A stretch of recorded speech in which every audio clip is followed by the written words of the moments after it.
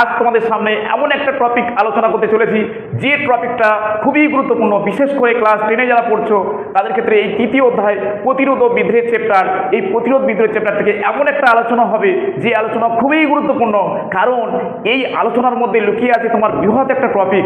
ছোট্ট একটা টিপস দেবো, সেই টিপসের মধ্যে তোমার অন্তত 10টা কোশ্চেনের অ্যান্সার করতে পারবে। বিভিন্ন আদিবাসী উপজাতির মানুষ, তাদের উপরে ব্রিটিশরা যে অত্যাচার ও শোষণ করেছিল, সেই অত্যাচার শোষণের বিরুদ্ধে প্রতিক্রিয়া হিসাবে তারা কিন্তু বিদ্রোহ করেছিল।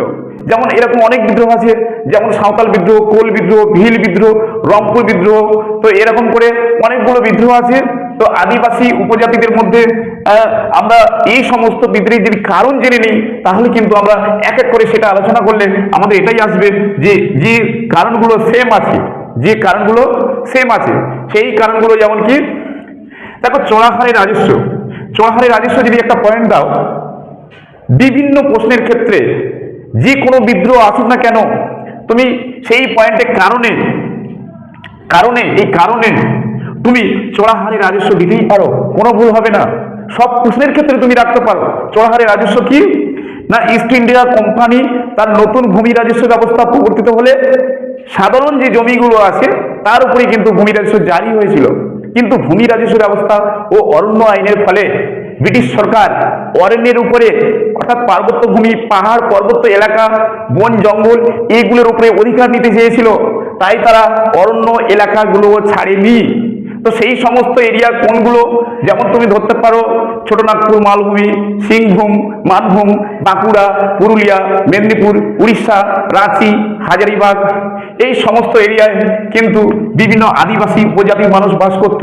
তো ব্রিটিশদের মদতপুষ্ট বহিরাগত দিকু কারা, তারা জোরদার, জমিদার, নীলকর সাহেব, এদেরকে বোঝাচ্ছে।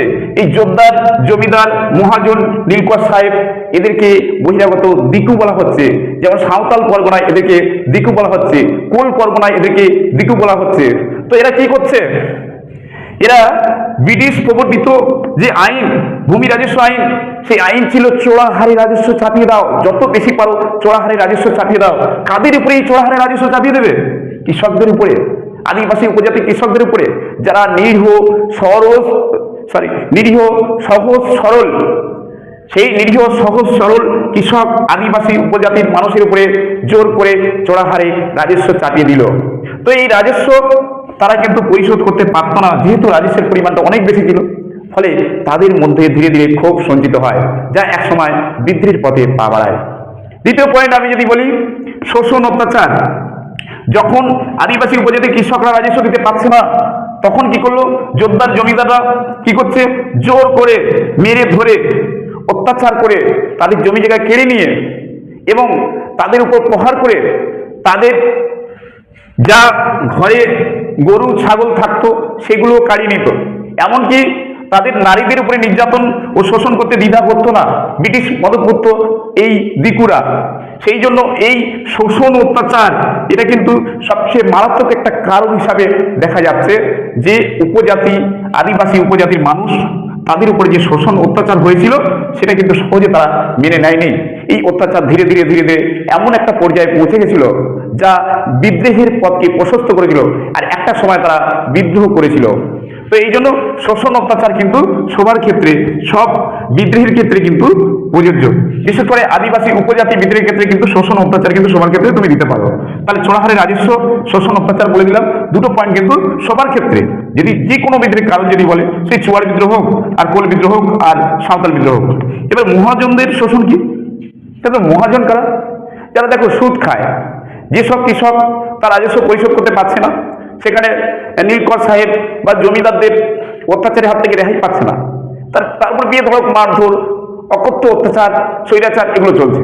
তখন ওই স্বৈরাচারের হাত থেকে, ওই শোষণের হাত থেকে অব্যাহতি পাওয়ার জন্য তখন সে কি করছে, কোনো মহাজনের দ্বারস্থ হচ্ছে, মহাজনের কাছ থেকে কোনো টাকা সুদে ধার নিচ্ছে, কিন্তু মহাজনও তার স্বার্থ সুরক্ষিত করছে। সুযোগ সন্ধানী ওই মহাজন তখন কি করছে, তার বেশি করে সুদ খাচ্ছে এবং যে টাকা ধার দিচ্ছে তার থেকে দ্বিগুণ বা তিনগুণ হারে টাকা সে আদায় করে নিচ্ছে, এমনকি তার দিয়ে টিপসই করে দিচ্ছে।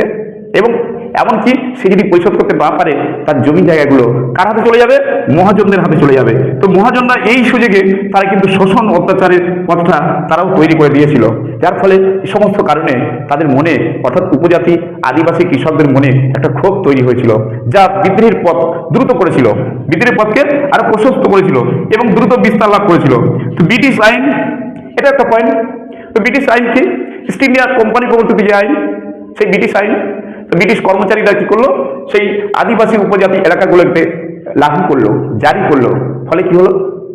ফলে এখানে আদিবাসী উপজাতির মানুষের যে নিজস্ব আইন, নিজস্ব বিচার ব্যবস্থা, তারা যে স্বাধীনভাবে, তারা যে শান্তিপূর্ণভাবে বসবাস করছিল, সেই স্বাধীন শান্তিপূর্ণ বসবাসের উপরে কিন্তু ব্রিটিশ আইন চাপিয়ে দেওয়া হয়। যে আইন হচ্ছে, যে আইনটা স্বৈরাচারী আইন, যে আইন অবৈধ আইন, যে আইন ন্যায়বিরোধী আইন, যে আইনটা সহজেই ওরা মেনে নিতে পারেনি। সহজ সরল সাঁওতাল ও সরলমতি কোল এরা কিন্তু মেনে নিতে পারেনি।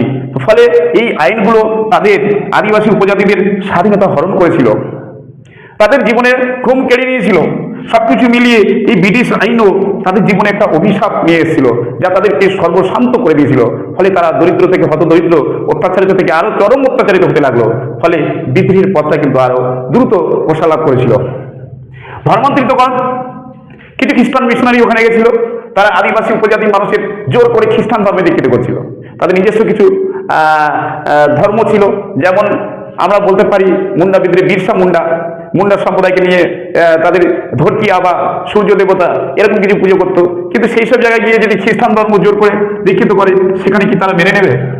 তো এই ব্যাপারটাও কিন্তু, ধর্মান্তরিতকরণ ব্যাপারটা কিন্তু আদিবাসী উপজাতি মানুষের মনে প্রভাব ফেলেছিল, যার জন্য তারা বিদ্রোহের পথে পা বাড়ায়। তবে ধর্মান্তরিত সব বিদ্রোহের ক্ষেত্রে হবে না। কোল বিদ্রোহ, সাঁওতাল বিদ্রোহ ক্ষেত্রে কিন্তু ধর্মান্তরিতকরণ পয়েন্টটা দিতে পারো, কিন্তু বাকি এই 4টে পয়েন্ট তোমরা সব বিদ্রোহের ক্ষেত্রে দিতে পারো।